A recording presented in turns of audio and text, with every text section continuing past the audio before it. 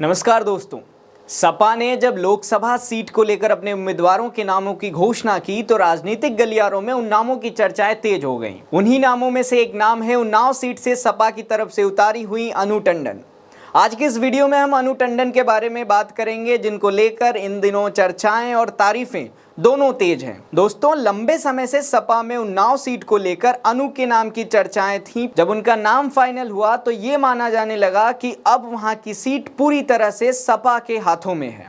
अब वो किस लिए है और ये क्यों कहा जा रहा है, इसे आप विस्तार से समझिए। दरअसल दोस्तों, जब जब आम इंसान को मदद की जरूरत होती है तब तब वो उनके बीच एक परिवार के सदस्य की तरफ पहुंच जाती हैं। वो कभी ठंड से बचने के लिए लोगों को कंबल दान करती हैं तो कभी ज़रूरतमंद को साइकिल मदद के रूप में देती हैं। इतना ही नहीं, अगर कभी किसी गरीब को पैसे की मदद भी चाहिए होती है तो वो उसको भी मदद करती हैं। दोस्तों, वहीं एक तरफ जहां कुछ नेता केवल चुनाव के समय अपने घरों से निकलते हैं तो दूसरी तरफ अनु टंडन हैं जो हमेशा आम लोगों के लिए, उनकी मदद के लिए, उनके सुख दुख में उनका साथी बनती हैं, जिसको देखते हुए इस बार उन्नाव में उनकी सीट को दमदार माना जाने लगा है।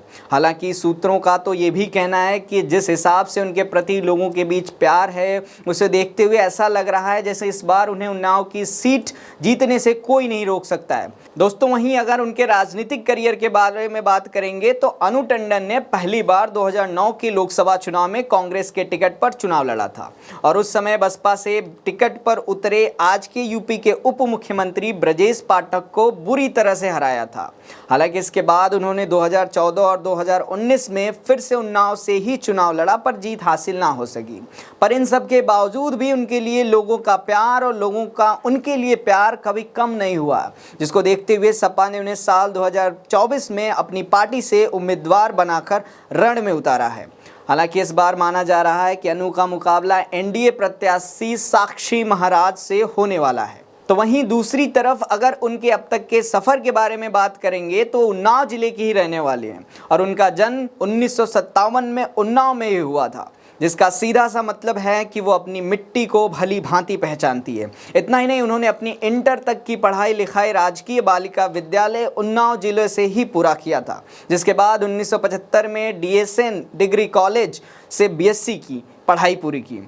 इसके बाद पढ़ाई पूरी होने के बाद 1976 में अनु टंडन की शादी उन्नाव के रहने वाले संदीप टंडन से हो गई, जो अब इस दुनिया में नहीं है। हालांकि वो भारतीय राजस्व सेवा यानी एक IRS अधिकारी भी रहे हैं। फिलहाल अनु टंडन के 2 बेटे हैं और दोनों ही शादीशुदा हैं। वैसे दोस्तों, अनु टंडन के बारे में आप क्या सोचते हैं, हमें कमेंट करके ज़रूर बताइएगा। आज के लिए इस वीडियो में इतना ही। मेरा नाम है अरुण चौरसिया। मिलते हैं अगले वीडियो में, तब तक के लिए आप अपना ख्याल रखिएगा। नमस्कार, अलविदा, जय हिंद।